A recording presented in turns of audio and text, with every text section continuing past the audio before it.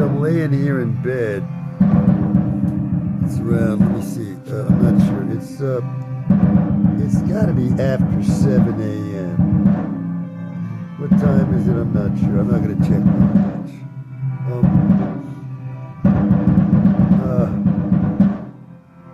Here's a thought I've had, and I've been hesitant about expressing it. If those Chinese weather balloons that were coming mysteriously across the Pacific and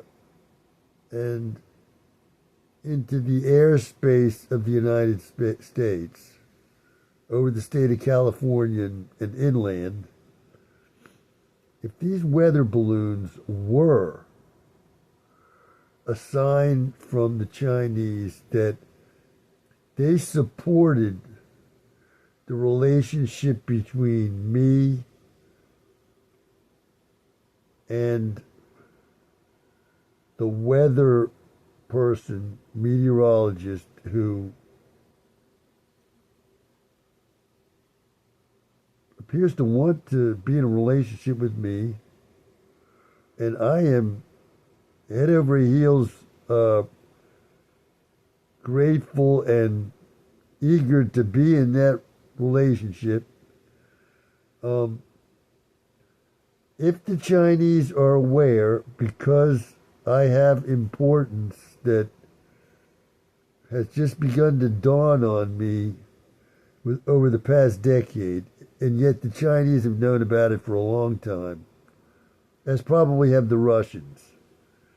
Their secret, what you call intelligence community, has known these things about me for a long time, and now they see that this Japanese weather person is apparently in love with me, and the relationship between us is being stopped quite unjustly and evilly by the United States Secret Police. And that's what those weather balloons mean.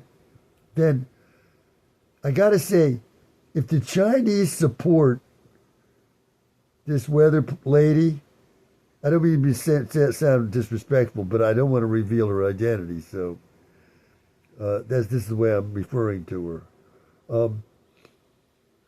That says to me, because of the Cultural Revolution and the way the Chinese are, that this weather lady, she has to be from the lower class like me. Okay? She may be wealthy now, somehow, but she's from the lower class. Otherwise, the Chinese would not support this relationship. Now, I think I've said that before, but I'm saying it again because it's occurring to me again.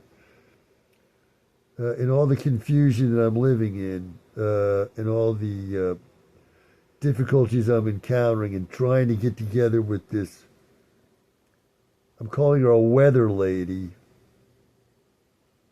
She's a meteorologist. She's a scientist, but I don't want to reveal her identity, right? I don't want to be somehow accused and put up in a court somehow by God knows who and accused of God knows what. So I'm trying to keep everything very blurry, if you will, so that I can say I never said it was this or that person and so on, so that I don't get thrown into a United States mental prison and possibly murdered in there. Okay, so once again, let me say, the Chinese, from what I know about them, which isn't much, but I do know a little about that Cultural Revolution and everything, and how the Chinese have stood up for the poor. And that's what the Chinese communists have done for China. They've helped a population that was impoverished for centuries and centuries rise out of poverty as much as they have and improve the lives of millions of people over there. So, once again, if those weather balloons are what they appeared to be, the Chinese telling the American intelligence community it knew what it's doing with me, the injustices they're raining down on me. The Chinese are aware of it. And they support the relationship between me and the lady from Asia. If all that's true, then like I say, this lady from Asia has to be from the lower class like me. Well, I've been wanting to say that for the past few days. And, well, there it is. The date. Wow. It's, I'm not even sure what day it is. I'm trying to think. It's around the 25th or 26th of May. That's as good I can get for the present time. I just should let my presentation here come to a close in that kind of uncertainty. Over the past few days, negotiations have been going on between the United States and Iran to try to prevent a war. And the people from Iran are wanting to keep their stores of what's that called? Enriched uranium.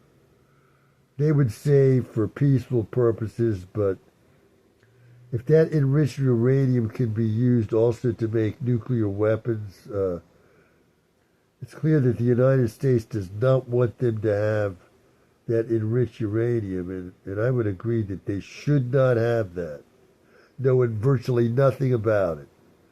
But I gotta say, that country has been threatening Israel and the world for years. It's been a specter of evil over the Middle East for years, and I'm in agreement that that country should have nothing to do with nuclear weapons ever. So anyway, that's what's going on in the world right now. So it's around the 25th to the 26th of May. I'm saying to myself on this issue that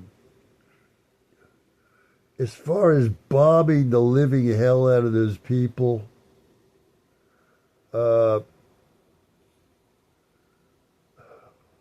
United States bombed the living hell out of Vietnam and did not win.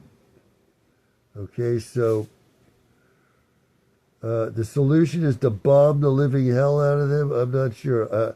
I want to stop talking because this is not an area where I have any qualification to talk, except that I'm an American citizen, and so I have the right to free speech. So I got to say that the new tactic of warfare, international warfare, where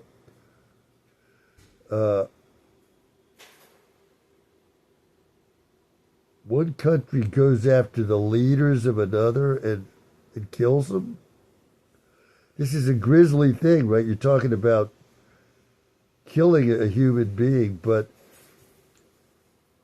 it seems to be a better idea to go out and kill those leaders than to kill thousands and thousands of people that have virtually nothing to do with the decision making going on over there. So the new style of warfare where you go in and kill the leaders, we're talking about killing people, so wow, this is a scary subject for me, but let's face it, you go in there and bomb the living hell out of those people. That's not a good idea. I think that recent history is showing that that's not a good idea. You're not gonna win those people over that way. You're gonna create enemies, and you create a lot of them. Whereas you go in and, well, maybe you don't have to kill those leaders. Why not go in there and capture them? Go in there, grab hold of them, and take them out of there if you can. Put them in jail. That seems to be, that's something that's just started, and I gotta say, it's a better idea than bombing the living hell out of thousands and thousands of people. It just is. Well, those are my thoughts on that.